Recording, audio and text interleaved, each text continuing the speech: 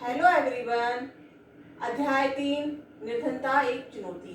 निर्धनता अर्थात गरीबी, अर्थात बिना धन के। अवलोकन। स्वतंत्र भारत के सम्मुख निर्धनता एक सर्वाधिक चुनौती थी, क्योंकि जब हमारा भारत अंग्रेजों के द्वारा आजाद हुआ था तो उस समय भारत के लोगों के पास इतने रुपए पैसे नहीं थे कि वह कोई भी काम की शुरुआत कैसे करें। उन्हें समझ में नहीं आ रहा था कि वह किसी भी काम को बिना रुपए पैसों के कैसे शुरू करे। तो उस समय स्वतंत्र भारत के सम्मुख ये एक सबसे बड़ी चुनौती थी। परिचय में देखते हैं कि आपने अपने दैनिक जीवन में कई ऐसे लोगों को देखा होगा जो निर्धन हैं, जैसे गांव में रहने वाले भूमिहीन श्रमिक, शहरों की भीड़ भरी झुग्गियों में रहने वाले लोग, निर्माण स्थलों के दैनिक वेतनभोगी कर्मचारी और ढाबों में काम करने वाले बाल श्रमिक। ये सभी ऐसे लोग हैं जो निर्धन कहलाते हैं। वास्तव में हमारे देश में हर एक चौथा व्यक्ति निर्धन है। इसका अर्थ है कि वर्ष 2011-12 में जब हमारे यहाँ पर जनगणना हुई थी तो उस गणना के दौरान मोटे तौर पे देखा गया कि भारत में 270 मिलियन अर्थात 1 मिलियन में 10 लाख होता है, तो 270 मिलियन में कितना होगा, या हम कह सकते हैं 27 करोड़ लोग जो निर्धनता में जीते थे, अर्थात जो निर्धनता रेखा के नीचे थे। इसका मतलब ये हुआ कि विश्व में भारत में सबसे अधिक निर्धन लोग पाए जाते हैं।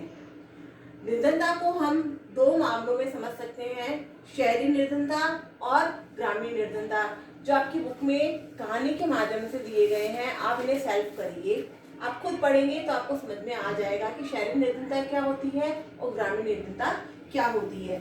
इसके बाद पढ़ते हैं सामाजिक वैज्ञानिकों की दृष्टि में निर्धनता। सामाजिक वैज्ञानिक वे वैज्ञानिक होते हैं जो समाज के अंतर्गत समाज में रहकर समाज के सूचक के दौरान किसी भी कार्य को करते हैं। इन्होंने बताया कि जो निर्धनता होती है उस निर्धनता को अनेक सूचकों के माध्यम से देखा जाता है, जैसे निरक्षरता का स्तर। अगर किसी देश में निरक्षर व्यक्ति ज्यादा पाए जाते हैं तो इसका मतलब वह देश निर्धन है।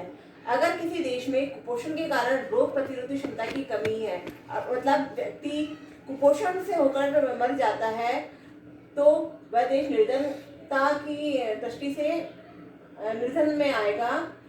इसी दौरान स्वास्थ्य सेवाओं की कमी। अगर किसी देश में सभी व्यक्ति को स्वास्थ्य सेवाओं उपलब्ध नहीं हो पा रही है तो भी वह निर्धनता के अंतर्गत आता है। या फिर वहाँ रोजगार के अवसरों की कमी है, या सभी व्यक्ति को सुरक्षित पेयजल और स्वच्छता नहीं मिल पाती है, तो भी वह देश निर्धनता के अंतर्गत आता है।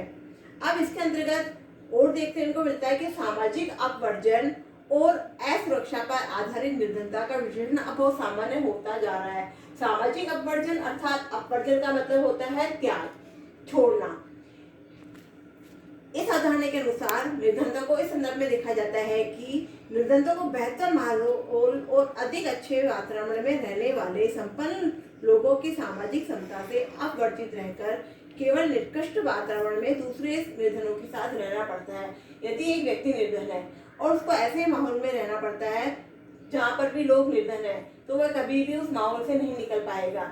ये एक ऐसी प्रक्रिया है जिसके माध्यम से व्यक्ति या समूह उन सुविधाओं, लाभों और अवसरों से अवर्जित रहते हैं जिनका उपभोग दूसरे करते हैं। यहाँ दूसरों से मतलब है दूसरे अच्छे लोग जो उनका उपभोग कर रहे हैं, लेकिन ऐसे व्यक्ति जो उन सुविधाओं से, उन लाभों से और उन अवसरों से वंचित है, तो ऐसी प्रक्रिया को हम सामाजिक अपवर्जन कहेंगे।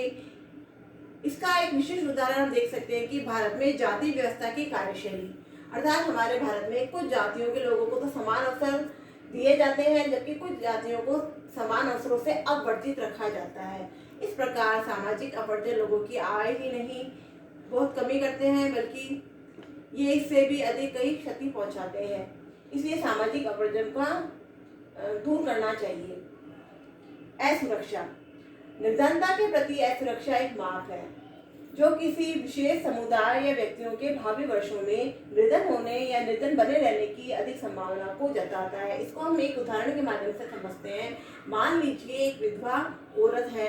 वह विधवा औरत को ना कोई बाढ़ आ जाती है या भूकंप आ जाता है तो वो पहले से ही बहुत निर्धन है, और बाढ़ और भूकंप आने से उसको ये संभावना हो जाती है कि वह और निर्धन हो जाएगी, क्योंकि पहले से ही उसके पास खाने पीने के लिए कुछ नहीं है, उसकी जीविका चलाने के लिए उसके पास कुछ नहीं है, और कोई प्राकृतिक आपदा, भूकंप या बाढ़ या सुनामी आने से उस पर और अधिक जोखिम आ जाएगा कि वह उस समय अपनी आवश्यकताओं की पूर्ति कैसे करेगी। तो इस तरह से वह अपने आप को असुरक्षित महसूस करती है।